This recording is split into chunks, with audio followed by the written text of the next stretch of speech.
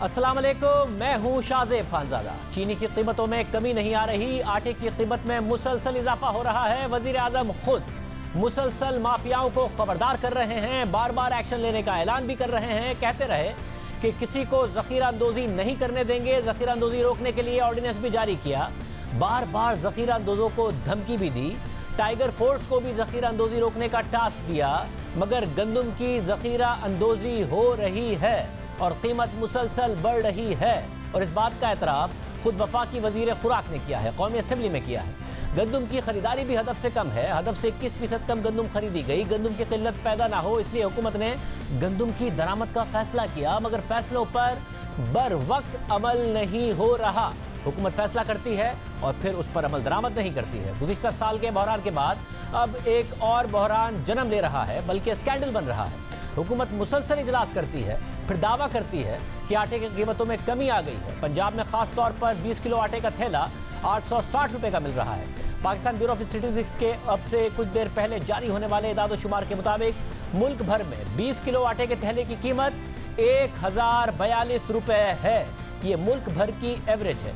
और जब हमने रिपोर्ट में मुख्तलिफ सूबों की सूरत हाल का जायजा लिया तो पंजाब के मुख्तलिफ शहरों में आटा 860 से 865 रुपए में मिल रहा है। कराची में 20 किलो आटे का थैला 1209 रुपए और हैदराबाद में 1131 रुपए तक का मिल रहा है। इसी तरह पेशावर में 20 किलो आटे का थैला 1106 रुपए तक का मिल रहा है। कोयटा में 1079 रुपए का मिल रहा है। पंजाब में आटा 860 रुपए का मिल रहा है। हुकूमत ने एक्शन लिया, मगर बाकी जगह महंगा है, मगर पंजाब में अवाम महंगा आटा ही खरीदने पर मजबूर है 860 रुपए का होने के बावजूद। पंजाब में जो सस्ता आटा मिल रहा है वो कैसा है और क्यों अवाम नहीं खरीद रहे? हमने दुकानदारों और खरीदारों से राय ली। आटा 860 का मिल नहीं रहा और जो मिल रहा है वो गैर मयारी है, शहरी खरीद नहीं रहे। वो मुल्क भर में महंगा आटा खरीदने पर मजबूर हैं। हालांकि गंदम की इंक्वायरी रिपोर्ट सामने आने के बाद हुकूमत ने बड़े बड़े दावे किए। वज़ीर आज़म इमरान खान ने बार बार खबरदार किया कि आइंदा ज़ख़ीरा अंदोज़ी करने वालों के खिलाफ कार्रवाई करेंगे। मुझे खौफ है, मुझे खदशा है कि जिस तरह पहले चीनी के ऊपर और आटे के ऊपर ज़ख़ीरा अंदोज़ी करके महंगाई की गई है, हमें खौफ है कि फिर अभी कोशिश की जाएगी।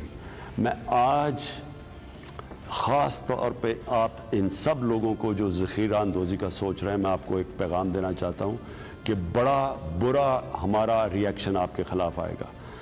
हमारी जो रियासत है पूरी आपके ख़िलाफ़ कार्रवाई करेगी। मैं ख़ास तौर पे आज कहना चाहता हूँ उन लोगों को जो लोगों की भूख और तकलीफ़ पे पैसा बनाना चाहते हैं कि आपके ख़िलाफ़ रियासत बड़ा सख्त एक्शन लेगी। वो एक्शन लेगी, आपको इबरतनाक सज़ाएं दिलवाएंगे हम। फिर वज़ीर आज़म ने टाइगर फोर्स को ज़ख़ीरा अंदोज़ों पर नज़र रखने का टास्क दिया। आपने कहीं भी ज़ख़ीरा अंदोज़ी देखी? आपने देखा कि लोग गंदम को या और भी खाने पीने की चीज़ों की ज़ख़ीरा अंदोज़ी कर रहे हैं? ये कानून के ख़िलाफ़ है। आपने ख़ुद एक्शन नहीं लेना, आपने जाके एडमिनिस्ट्रेशन को बताना है और फिर एडमिनिस्ट्रेशन की ज़िम्मेदारी है एक्शन लेने के लिए। ये जो भी लोग ये गैर कानूनी चूज़ कर रहे हैं। टाइगर फोर्स का उस इंतजामिया का क्या हुआ? क्योंकि आज कौमी असेंबली में ब्रीफिंग देते हुए वफाकी वजीर खुराक फ़खर इमाम ने कहा कि अजब बात है कि हुकूमत ने 66 लाख टन गंदम खरीदी, वो कहाँ गई? मार्केट में इस वक्त 60 लाख टन गंदम है। उन्होंने खुद कहा कि ये पहली दफ़ा हुआ है, ये अजूबा है। अजूबा है कि पहली दफ़ा तारीख में ऐसे हुआ है कि सप्लाई आ चुकी है 25.5 मिलियन टन की और 1400 रुपये आपने काश्तकार को दिए। एकदम कीमतें 1800, 1900, 2000 तक चली गई, ख़ास तौर साउथ में, कराची में और नॉर्थ पेशावर में। अब ये गंदम गई कहाँ है?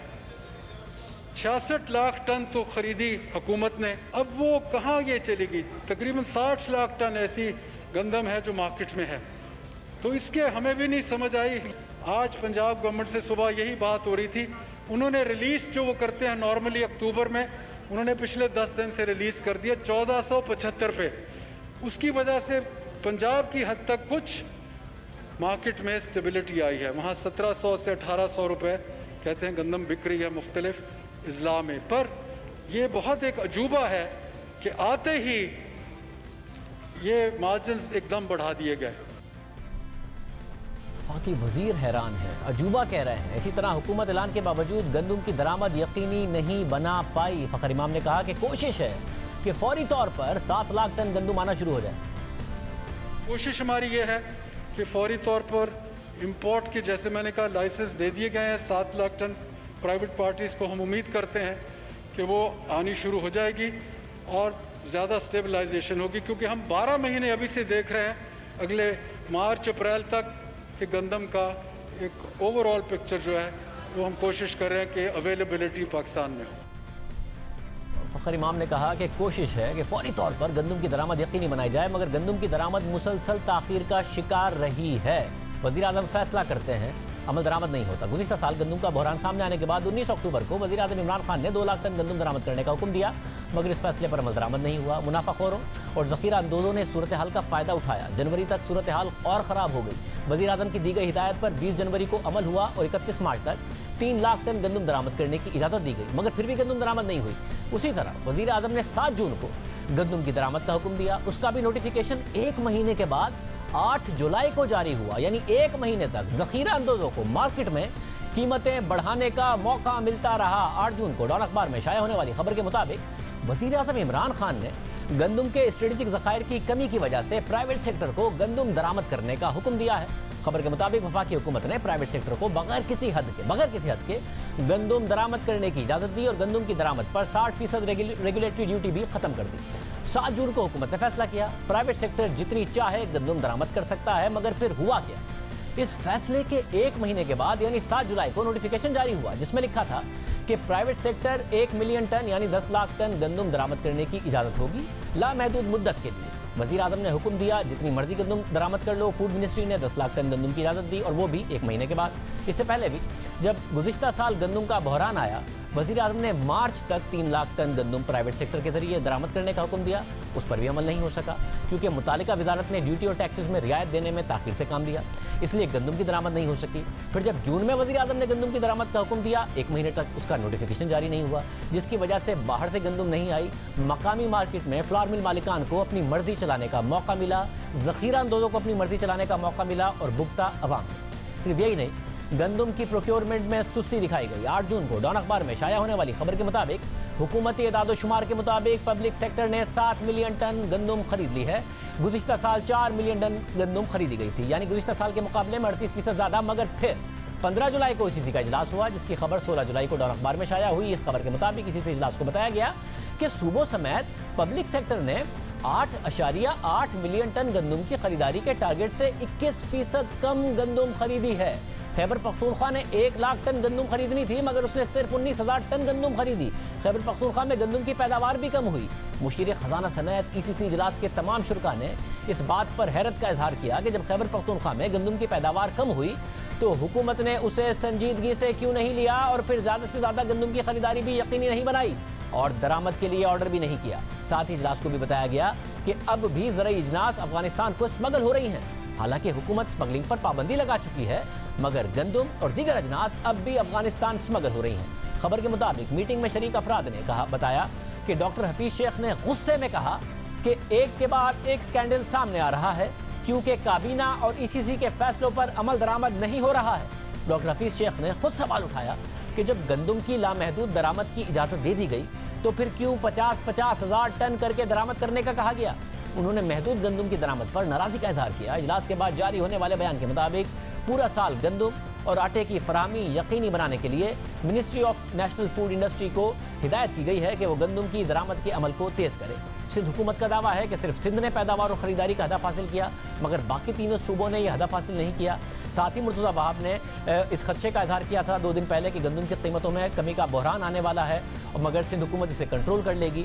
मगर आज हमें नज़र आ रहा है जो पाकिस्तान ब्यूरो ऑफ स्टैटिस्टिक्स के एदाद-ओ-शुमार हैं कि सिंध में भी कीमतों में इजाफा हुआ है, हैदराबाद में इजाफा हुआ है, कराची में इजाफा हुआ है, कीमतें कंट्रोल नहीं हो रही हैं। खुद वफाकी हुकूमत हैरान है, कहीं पर भी इस वक्त कीमतें कंट्रोल नहीं नज़र आ रही हैं। जहाँ हुई हैं वहाँ पर आटे की क्वालिटी बहुत बुरी तरह गिरा दी गई है। ये क्या हो रहा है? शम्स इस्लाम खान साहब माहिर इजनास हमारे साथ मौजूद हैं। शम्स इस्लाम खान साहब, बहुत शुक्रिया। आप कह रहे थे, हालांकि वज़ीर आज़म बार बार वार्निंग दे रहे थे, दरामद के फैसले भी सामने आ रहे थे, मगर आप कह रहे थे एक और क्राइसिस आएगा, गंदम का आने वाला है, आ गया।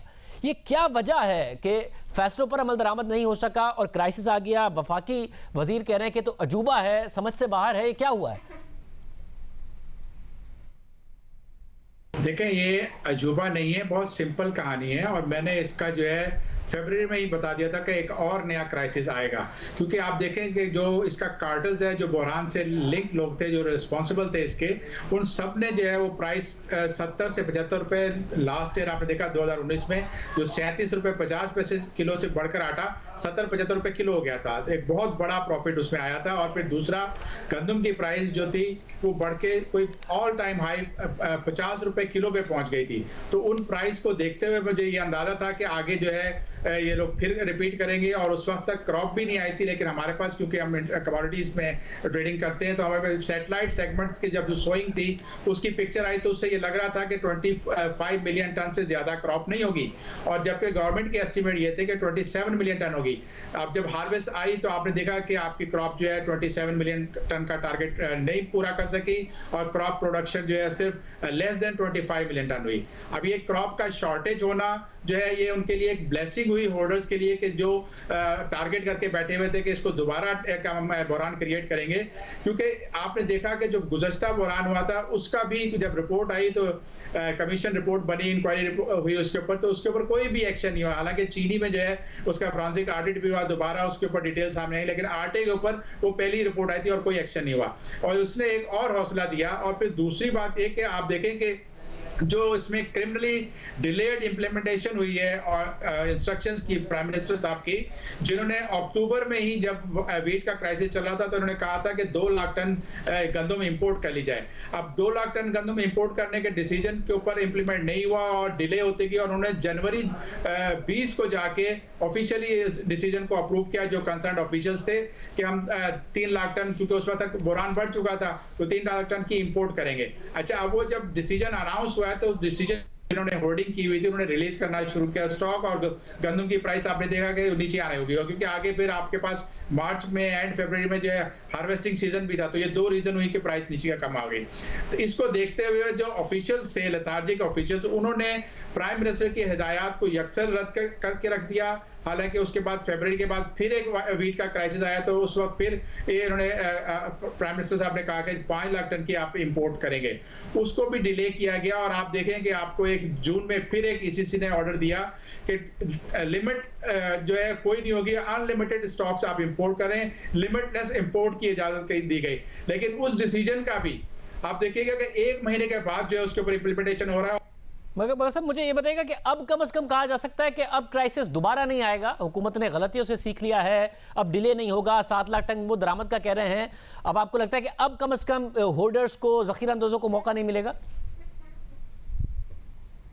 जो आपका जो नेक्सस जिस कार्टेल ने बनाया हुआ है, जो इस पूरे बहरान को आगे तक पूरा साल लेके जाना चाह रहा है, 2020 के बल्कि 2021 तक ये लेके जाना चाह रहे हैं और रिपीट होंगे, उसकी मेन वजह यह है कि जब आपकी 2.5 मिलियन टन क्रॉप जो है शॉर्ट है, आपकी डोमेस्टिक कंजम्पशन जो है 2.5 मिलियन टन पर मंथ होती है और आपकी 27.5 मिलियन टन कंजम्पशन है, आपकी क्रॉप जो है वो लेस देन 25 मिलियन टन हुई है। तो ये ह्यूज गैप है, जिसको देखते हुए प्राइम मिनिस्टर ने ईसीसी में ये डिसाइड किया था कि टाइम जो है लिमिटेडलेस इंपोर्ट अलाउ की जाए। लेकिन ब्यूरोक्रेसी ने फिर उस पर टांग अड़ाई और अब वो 1 मिलियन टन का कहा और फिर 1.5, जबकि अभी तक जो है परमिट जो है इंपोर्ट के जो उन्होंने अलाउ किए हैं वो मुश्किल से 8 लाख टन के दिए हैं और उसको भी टुकड़ों में कर दिया है, ताकि जो किसी ने अगर 1 लाख टन का है तो उसको 40,000 दिया है। वैसे मगर मुझे ये बताइएगा कि ये क्या मसला है कि एक तो गंदम महंगी हो गई और आटा महंगा है, और अगर सस्ता कराया गया है तो वो इतनी बुरी क्वालिटी का दिया जा रहा है कि अवाम महंगा ही खरीदने पर मजबूर है, जो कि पंजाब के मुख्तलिफ शहरों का हमने हाल दिखाया।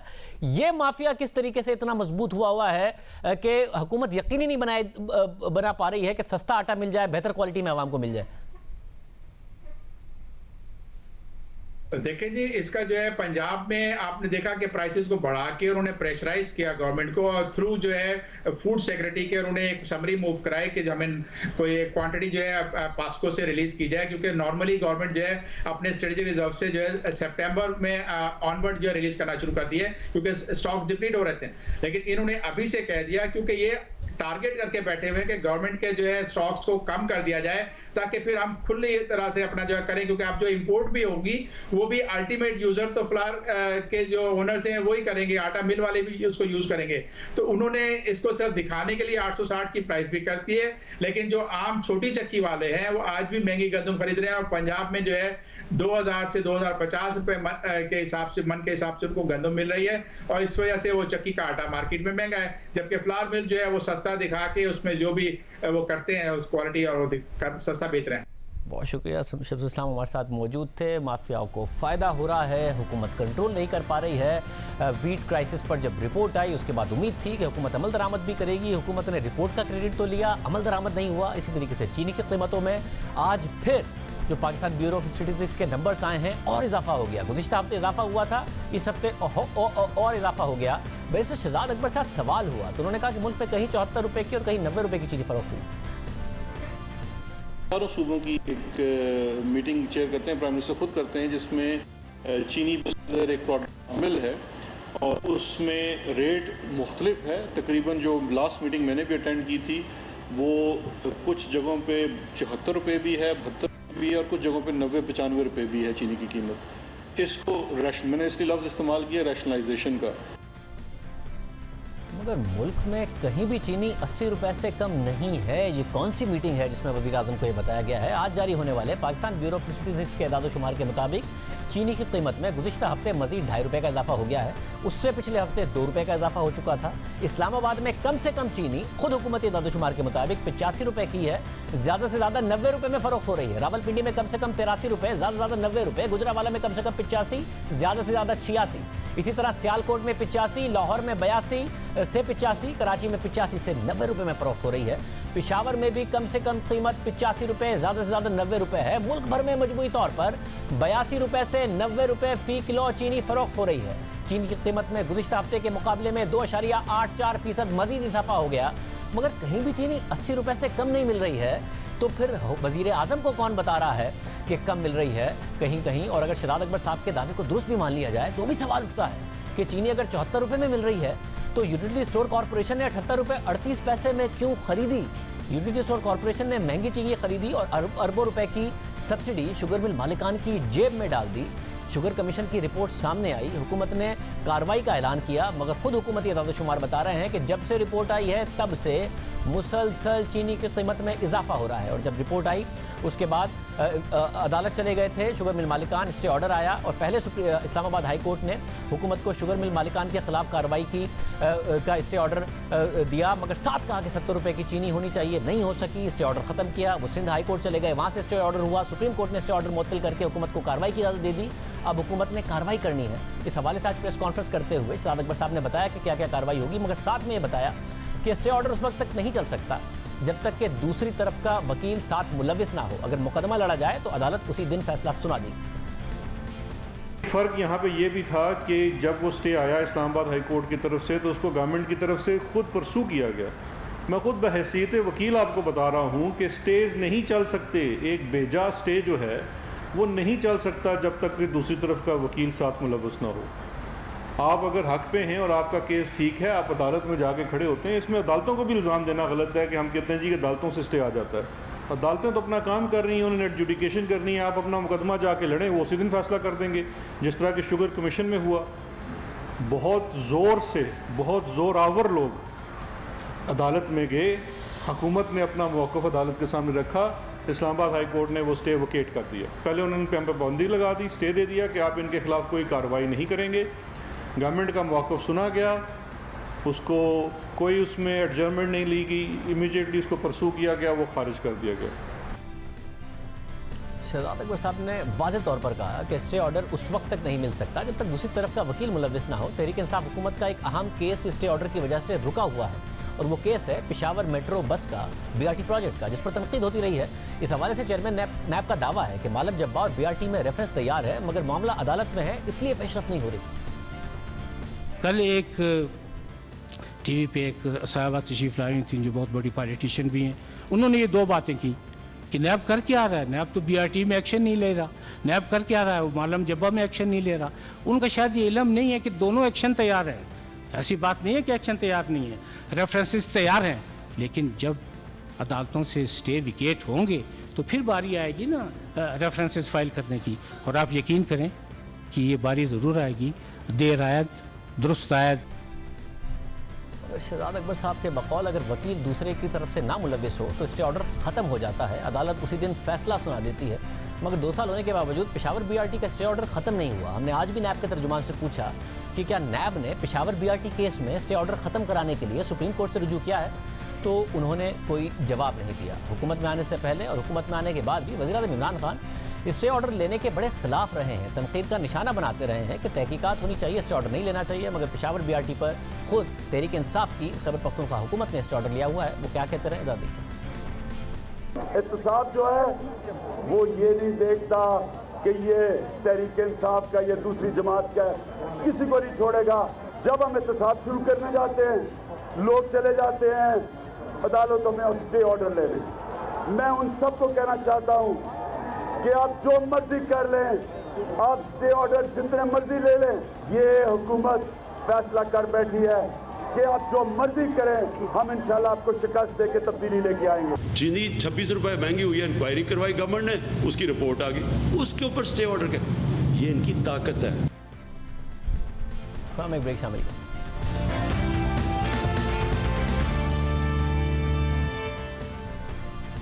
पंजाब में गवर्नेंस के मसाइल और ब्यूरोक्रेसी में मुसलसल तब्दीलियों के बावजूद वफाकी हुकूमत का वजीर आला पंजाब पर एतमाद खत्म नहीं हुआ। हुकूमत मुतमईन है कि पंजाब के वजीर आला उस्मान बुज़दार ही रहेंगे। वजीर आला पंजाब की बरतरफी से मुतालिक कयास राइयों को वफाकी वजीर इत्तला शिबली फराज ने मुस्तरद करते हुए कहा कि ये तमाम बातें बेबुनियाद और बदनीयती पर मबनी हैं। सूबाई वजीर इत्तलात फयाजुल हसन चौहान ने भी दावा किया कि वजीर आला पंजाब अपनी मुद्दत पूरी करेंगे, यानी उस्मान बुज़दार कहीं नहीं जाएंगे। हुकूमत मुतमईन है कि सब ठीक है, मगर दर हकीकत मामला गंभीर होता जा रहा है।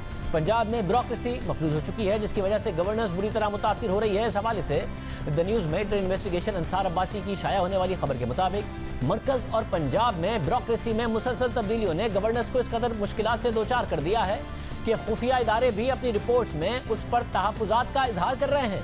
खबर के मुताबिक काबीना ज़राए ने तस्दीक की है कि अहम खुफिया इदारे की रिपोर्ट्स में यह बताया गया है कि अहम ओहदों पर तैनात अफसरान की जल्द तब्दीलियों से गवर्नेंस बुरी तरह मुतासिर हो रही है।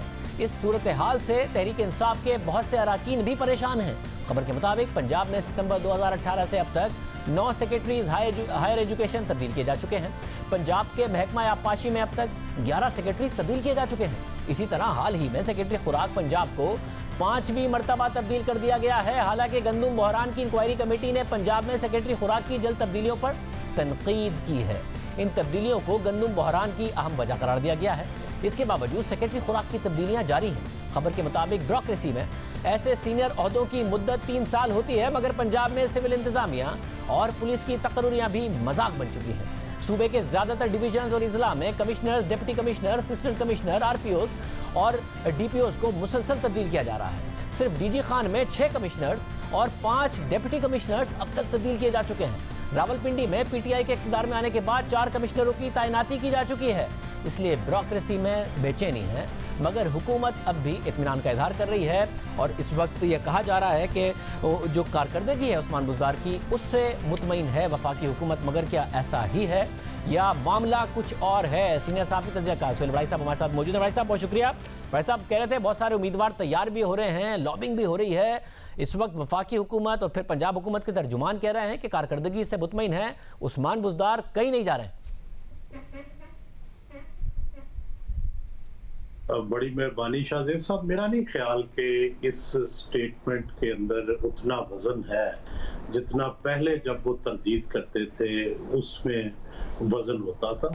मेरी इतला के मुताबिक मुतबादल ढूंढा जा रहा है। बाज़ मुतबादल उम्मीदवारों के इंटरव्यू टाइप मुलाकातें भी हुई हैं और डेफिनेटली पंजाब के अंदर तब्दीली के बारे में मीटिंग्स हुई हैं और हो रही हैं। और सब आपने कहा मीटिंग्स हुई हैं और हो रही हैं, तो वजीर आजम फिर उस्मान बुज़दार के साथ खड़े हैं या नया कैंडिडेट वाकई खुद वजीर आजम देख रहे हैं? और अगर देख रहे हैं तो माजी में कहा गया कि क्योंकि परवेज़ खटक उनकी सारी बातें नहीं मानते थे, इसलिए उन्होंने उस्मान बुज़दार को चुना ताकि सेंटर से पंजाब को चला सकें। तो अब अगर कोई कैंडिडेट वजीर आजम खुद देख रहे हैं तो उसमें वो क्या सलाहियत देख रहे हैं? डिलीवरी की सलाहियत देख रहे हैं या उनकी बात कितनी मानेगा ये सलाहियत देख रहे हैं? नहीं, अब मेरा ख्याल है इट इज डिलीवरी टाइम। उन्हें भी ये एहसास है कि ठीक है चीफ मिनिस्टर उनका लायल हो मगर डिलीवरी भी करे। तो मेरा ख्याल है दोनों चीजें देख रहे हैं कि डिलीवरी भी करे और उनका लायल भी हो।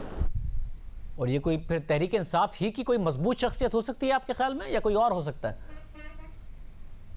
जी जाहिर है, अगर तो इमरान खान की मर्जी से ये तब्दीली आ रही है और मेरी इतला के मुताबिक उनकी मर्जी से ही ये तब्दीली आ रही है, तो पीटीआई के अंदर से ही कोई आदमी होगा। 4-5 नाम भी आए हैं जिनके ऊपर डिस्कशन हो रही है और उनमें से कुछ लोगों से मुलाकात भी की गई है। शायद हो सकता है उन्हें ये ना बताया गया हो कि आपको एज ए चीफ मिनिस्टर हम इंटरव्यू कर रहे हैं, लेकिन इसके पीछे उनसे मुलाकातों के पस पर्दा मकसद यही था। उड़ाई साहब, क्या कहकर हटाएंगे अगर वजीर आजम हटाएंगे? शुगर की सब्सिडी का मामला आया तो उस्मान बुज़दार का दिफा किया गया। वजीर आजम कहते हैं सादा आदमी है, प्रोटोकॉल के शौकीन नहीं है, गाँव में बिजली नहीं है, वसीम अकरम प्लस है, साबित करके दिखाएगा। अब क्या डालेंगे उस्मान बुज़दार पर अगर उन्हें हटाना हुआ, जितनी तारीफें कर चुके हैं? देखिए, बड़ा आसान होता है कि जी उन्होंने बड़ा अच्छा काम किया, पहली फेज में उन जैसा ही बंदा चाहिए था, अब दूसरी फेज है, इसमें हमें दूसरा चेहरा चाहिए, कायम अली शाह की जगह मुराद अली शाह आ जाएंगे। और इसी तरह और भी माजी में तब्दीलियां आती रही हैं। जब तब्दीली लाई जाती है तो फिर 100 बहाने और 100 उसकी वजाहतें जो है वो मुमकिन होती हैं। और जाहिर है मेरा ये ख्याल है कि अगर इसको अच्छे तरीके से हैंडल किया जाए तो बुज़दार साहब को बड़े बाइज्जत तरीके से उनको कोई और जिम्मेदारी देनी चाहिए। जैसे इतनी तारीफें कर चुके हैं खान साहब, तो अब उनको घर ना भेजें, सारा कुछ फारग करके उनको कोई बाइज्जत जिम्मेदारी भी दे दें, ताकि वो बाद में जो है ये ना समझें कि मुझसे सब कुछ छीन लिया। सब और आपको लगता है, क्योंकि उस्मान बुज़दार साहब का जो कंपैरिजन था वो बार बार शहबाज शरीफ से किया जाता था, अब कोई और वजीर आला आता है तो उसका भी ज़ाहिर कंपैरिजन उस्मान बुज़दार से तो नहीं होगा, शहबाज शरीफ साहब से होगा। तो 3 साल का जो टाइम बाकी है उसमें जो एक टारगेट है शहबाज शरीफ को बीट करने का, वो अचीव हो सकता है? देखिए, ये तो नहीं पता कि वो बीट कर सकेंगे। कि पहली तो बात है कि कौन शख्स जो है वो आएगा, वो कितना वाइब्रेंट होगा, वो कितना चीजों को कर सकेगा, ये सारे तो सवालात हैं। जब तक कोई नया उम्मीदवार जो है मुतबादल वो सामने नहीं आता उस वक्त तक कहना मुश्किल है, क्योंकि बहुत डिपेंड करेगा कि चीफ मिनिस्टर कैसा है और फिर उसकी वर्किंग कैसी है।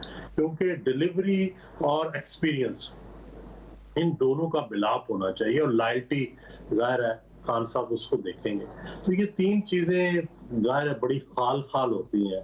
जो लोग डिलीवरी करते हैं वो इतने लायल नहीं होते और जो लायल होते हैं उनमें डिलीवरी की सलाहियत नहीं होती, तो ऐसे लोग बड़े कम मिलते हैं। लेकिन हो सकता है खान साहब तो हमेशा कहते हैं मैं टीम बड़ी अच्छी क्रिकेट की सिलेक्ट करता था, इंतजाम ने ढूंढा और वसीम अकरम, इस दफा तो वसीम अकरम प्लस नहीं बना सके वो। देखें, हो सकता है अगली दफा उनकी नजर इंतखाब किसी सही जगह पड़ जाए।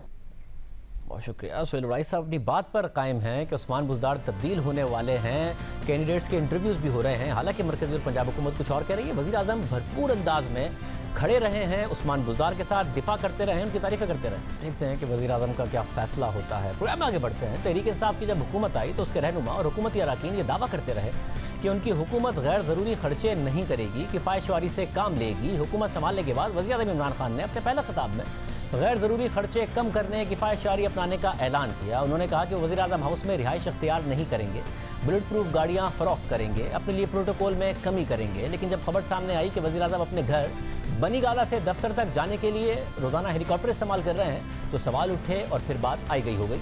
मगर रवा साल जनवरी में एक सहाफ़ी ने इत्तलात तक रसाई के हक़ का इस्तेमाल करते हुए इस मामले को उठाया और ये जानने की कोशिश की कि वज़ीर आज़म इमरान खान ने इक़्तिदार संभालने के बाद हेलीकॉप्टर के जरिए कितने दौरे किए। सहाफ़ी की दरख्वास्त पर वो मालूमात उसे दी गई या नहीं, इस हवाले से द न्यूज़ में उमर चीमा की खबर छाया हुई है, जिसके मुताबिक दरख्वास्त गुजार शहजाद यूसुफजई जो एक सहाफ़ी भी हैं, उन्होंने काबीना डिवीज़न को दरख्वास्त में लिखा कि वो जानना चाहते हैं कि वज़ीर आज़म इमरान खान ने इक़्तिदार संभालने के बाद हेलीकॉप्टर के जरिए कितने दौरे किए हैं, लेकिन इसका जवाब अभी तक नहीं मिला। दरख्वास्त गुजार शहजाद यूसुफजई ने पाकिस्तान इंफॉर्मेशन कमीशन को शिकायत की कि उन्होंने मालूमात तक रसाई के हक़ कानून 2017 के तहत दरख्वास्त फाइल की, मगर हुकूमत की तरफ से इसका जवाब नहीं दिया गया। उस पर इंफॉर्मेशन कमीशन ने नोटिस जारी किया।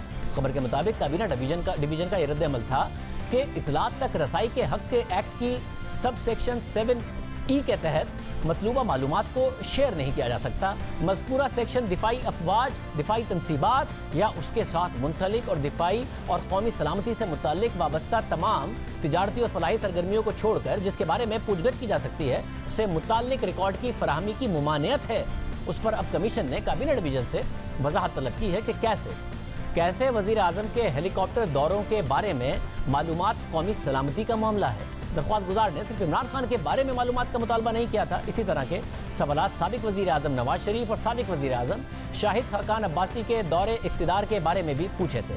मौजूदा हुकूमत मवाजना करने वाली वो मालूमात जारी करने में बहुत मुतहर्रिक रही है जिससे मौजूदा हुकूमत का मस्बत चेहरा नजर आता हो। मिसाल के तौर पर इमरान खान की तकरीब हलफ बर्दारी पर होने वाले अखराजात और उनके अमरीकी दौरे पर जो खर्चे हुए उसे मंजर-ए-आम पर लाया गया और इसका साबिक वज़ीर आज़म से मवाजना किया गया। अलबत्ता इस मामले में, हेलीकॉप्टर के मामले में, ना तो इमरान खान और ना ही साबिक वज़ीर आज़म नवाज शरीफ और शाहिद खान अब्बासी के हेलीकॉप्टर दौरों के बारे में तहरीक इंसाफ हुकूमत की तरफ से मालूमात शेयर की गई हैं, बल्कि इसे कौमी सलामती का मसला करार दे दिया गया है। माजी में नायब इमरान खान से वज़ीर आज़म के ओहदे संभालने से पहले खैबर पख्तूनख्वा हुकूमत का हेलीकॉप्टर के गलत इस्तेमाल पर सवाल कर चुकी है। दरख्वास्त गुजार ने पंजाब, खैबर पख्तूनख्वा और सिंध में मुतालिका सूबाई महकमों को भी लिखा कि वज़राए आला के सरकारी हेलीकॉप्टरों के इस्तेमाल के बारे में सवाल किया जाए और फिर पंजाब ने सिक्योरिटी की बुनियाद पर मालूमात फराहम करने से इनकार कर दिया। उस पर दरख्वास्त गुजार मामला पंजाब इंफॉर्मेशन कमीशन के पास ले गए जिसने नोटिस लिया और मालूमात शेयर की, जिससे ये पता चला कि वज़ीर आला उस्मान बुज़दार ने अगस्त 2018 से नवंबर 2019 तक हर तीसरे दिन हेलीकॉप्टर का इस्तेमाल किया और 164 दौरे हेलीकॉप्टर के जरिए किए। कई बार उन्होंने गवर्नर हाउस जाने के लिए भी हेलीकॉप्टर का इस्तेमाल किया जो कि उनके दफ्तर से कुछ किलोमीटर दूर है। उस्मान बुज़दार मुतअद्दिद बार हेलीकॉप्टर के जरिए पाकपतन भी गए। कुछ मौक़ों पर उस्मान बुज़दार के हेलीकॉप्टर वज़ीर आज़म इमरान खान ने लाहौर में रहते हुए गवर्नर हाउस जाने के लिए इस्तेमाल किया। दिलचस्प बात यह है कि पंजाब ने थोड़ी हिचकिचाहट के बाद ये मालूमात फराहम कर दी, लेकिन खैबर पख्तूनख्वा और सिंध हुकूमत अभी भी हिचकिचाहट रहे हैं। खैबर पख्तूनख्वा में कमीशन ने कई नोटिस लिए हैं मगर हुकूमत की तरफ से कोई जवाब नहीं मिला। इसके बावजूद कमीशन की तरफ से हतमी कार्रवाई का इंतजार है। तवक्को है कि मामला 60 दिन के अंदर तय हो, मगर सिंध में कमीशन की जानिब से हुकूमत को नोटिस तक नहीं दिया गया।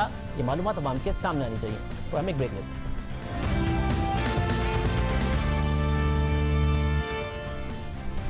चौबीस जून को वज़ीर एविएशन गुलाम सरवर खान ने 262 पायलट्स के लाइसेंसेस को जाली करार दिया। यहाँ तक कह दिया कि पायलट्स के पास फ्लाइंग एक्सपीरियंस नहीं है, यानी जहाज उड़ाने का तजर्बा नहीं है और उन्हें लाइसेंस मिल गया, जिस पर सख्त रद्द-ए-अमल आया। दुनिया भर में हेडलाइंस लगी, मगर वज़ीर आज़म अपने वज़ीर एविएशन के बयान के साथ खड़े नजर आए।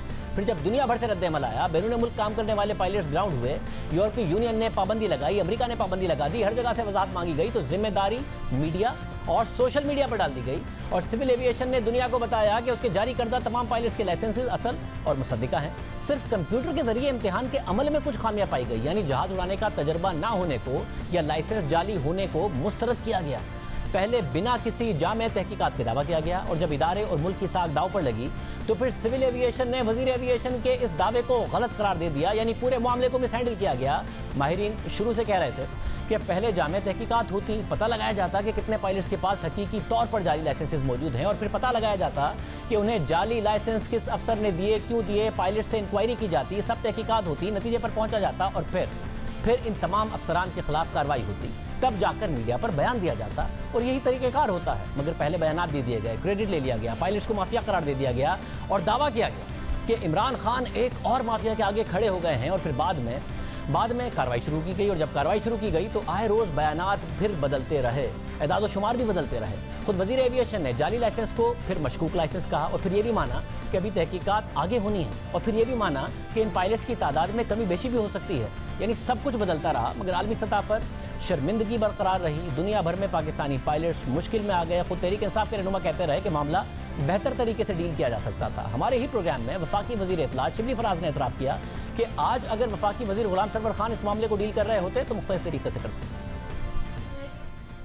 PIA के हवाले से भी क्या आज काबीना में डिस्कशन हुई है कि जो पायलट्स का मामला हुआ, अगेन प्रॉब्लम यह है कि ज़ाहिर है अगर किसी की जाली डिग्री है उसके खिलाफ तहकीकात भी होनी चाहिए, रिपोर्ट भी बननी चाहिए, ज़बरदस्त अंदाज में आगे बढ़ना चाहिए, मगर फिर प्रॉब्लम ये हो गया कि मिनिस्टर साहब जो थे एविएशन के, वो हेडलाइन बनाने में पहले लग गए। पहले उन्होंने जाली पायलट कह दिया, फिर उन्होंने मशकूक पायलट कहा, दुनिया भर में हेडलाइंस लग गई।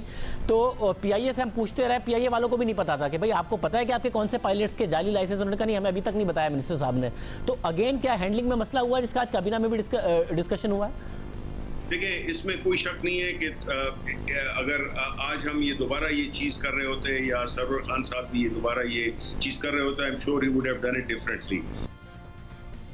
गुलाब सरवर खान को प्रोग्राम में बुलाते रहे, नहीं आए, मगर फिर वो दूसरे चैनल्स पर आए और अपनी तकरीर का दिफा किया, इस हद तक दिफा किया कि सीनियर सहाफ़ी कामरान खान साहब को अपने प्रोग्राम में कहना पड़ा, व्हाट द हेल। 262 पायलट्स के बारे में जो मैंने बात की कि उनके लाइसेंसेस मशकूक जेली हैं, हो सकते हैं, और आज भी मैं अपनी उस बात पे स्टैंड कर रहा हूँ। आप पहले ये इंटरनल इंक्वायरी करते, आप पहले इसको इंटरनल डिटर्मिनेशन करते कि इसमें कितना मसला है, कितना मसला नहीं है। आखिर ये जल्दी क्या थी कि इसको पूरी दुनिया के सामने हम इसका इंकशाफ करें? मेरी ये समझ में नहीं आ रहा कि आखिर इसकी जल्दी क्या थी। इंक्वायरी मुकम्मल हो गई, 262 पायलट्स के लाइसेंसेस डुबियस पाए गए। एट बेस्ट ये एक FIR थी, एट बेस्ट ये एक शिकायत थी, और आपने देखा कि उसका क्या असर हुआ हम पर। एक तो पाकिस्तान की साख खाक में मिल गई, हमारे पायलट्स की ऐसी की तैसी हो गई पूरी दुनिया के अंदर। हमारी जो PIA है उसको यूरोप ने रोक दिया, अभी हमारे अमेरिका के लिए डायरेक्ट फ्लाइट शुरू हुई थी, उन्होंने उसको रोक दिया, और हर जगह हमारी जगह हसाई हुई उस हाफ बेक्ड रिपोर्ट पर जो कि हमारे एविएशन मिनिस्टर ने पार्लियामेंट के सामने रख दी। खान साहब, हमने ये टॉप स्टोरी बन गई। अगर 850 एक्टिव पायलट्स हैं तो उनमें से 262 अंडर क्वेश्चन है। सारे पायलट्स तो ऐसे नहीं है। हमने साबित किया कि हमारी पूरी अथॉरिटी हमारी सिविल एविएशन पे, हमारी एविएशन पे दुनिया कोई किसी किस्म का आप एतबार ना करे, हम इसका एलानिया एतबार कर रहे हैं। ये इदारा है, ये सिविल एविएशन अथॉरिटी है। तो अब आपकी हुकूमत है ना कि चेयरमैन भी एक ही साहब है, सेक्रेटरी एविएशन भी वही साहब है, डायरेक्टर जनरल भी वही साहब है। ये कैसे हो सकता है दुनिया में कि रेगुलेटर भी आप है, आप चीफ एग्जीक्यूटिव भी है, आप बोर्ड का चेयरमैन भी है, एक ही साहब सब, और आज उन्हीं के हवाले किया हुआ है कि वो इसको ठीक करे। व्हाट द हेल, ये क्या है? इजाज़त दीजिए, अल्लाह हाफ़िज़।